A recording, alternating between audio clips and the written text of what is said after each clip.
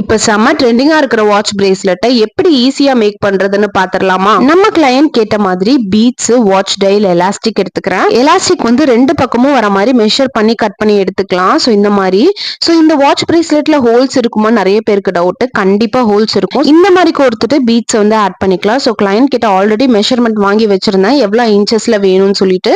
So அதுக்கு தகுந்த மாதிரி ரெண்டு பக்கமும் நம்ம எலாஸ்டிக்கை கோர்த்து ரெண்டு சைட்லும் தனித்தனியா நம்ம பீட்ஸ் ஆட் பண்ணிக்கலாம்.